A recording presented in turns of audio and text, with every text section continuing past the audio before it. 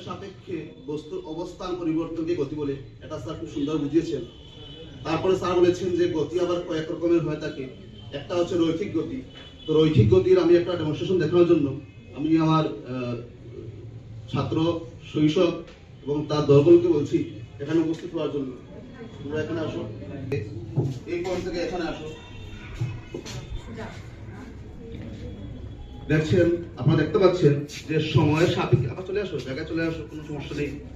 আপনারা দেখতে পাচ্ছেন যে সময়ের সাপেক্ষে তাদের, অর্থাৎ ধরে নিলাম যে তারা একটা বস্তু যদি হয়ে থাকে, সময়ের সাপেক্ষে বস্তুর যে অবস্থার পরিবর্তন সেটা রৈখিক, তাই আমরা এই গতিকে কি বলবো?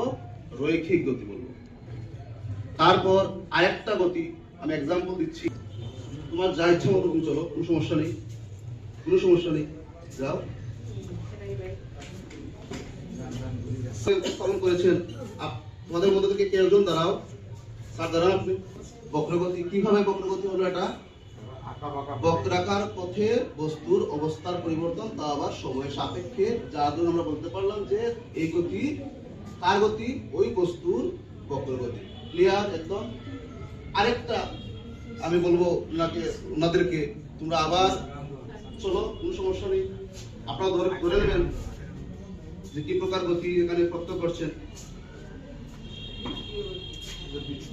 জায়গায় চলে আসেন, আপনি বসুন। এটা কি প্রকার গতি? বিশ্বশীল দাঁড়াও। এটা বৃত্তীয় গতি। কিভাবে এটা বৃত্তীয় গতি হলো? বৃত্তাকার পথে বস্তুর অবস্থার পরিবর্তন হয়েছে তার সময় সাপেক্ষে, যার জন্য আমরা বলছি এটা বৃত্তীয় গতি।